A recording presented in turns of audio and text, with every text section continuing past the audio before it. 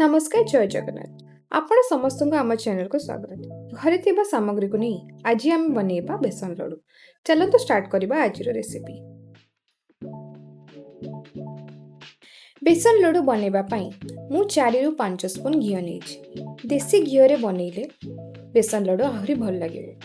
मो पाखरे नथिबारु मु एठी अमूल घी यूज करूछि घी गरम हेबा परे आमे एठी 1.5 कप बेसन पकेबा बेसन को लो रु मीडियम फ्लेम रे 10 रु 15 मिनिट जाए भाजी नबा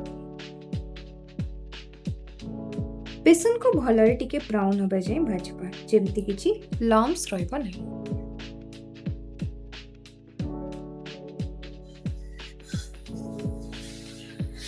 बेसन लडू तो किसी समय मध्य हो जाव हेले आपण आम चैनल को सब्सक्राइब लाइक शेयर करने जमा भी भूलिए ना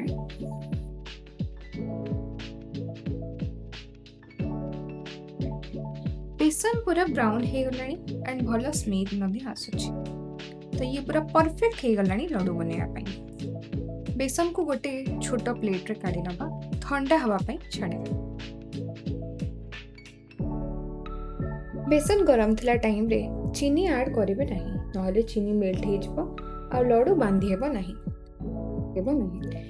एठी किछि मु नॉर्मल चीनी नेछि एंड किछि कप पाउडर चीनी मध्य मु ऐड करिवे चीनी को बेसन सहित भलरे मिक्स करि नेबा बेसन मिक्स को हाथ रे नै लडू बनेबा आरंभ करिबा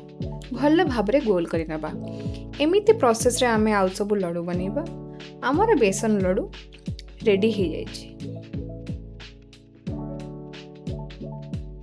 किछ टाइम रखिला परे एटा टाण होबो ताका खाया खाइ को केमते टाकेलिटा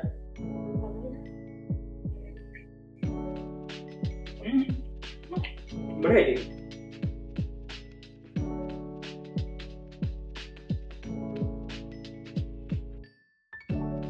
Best.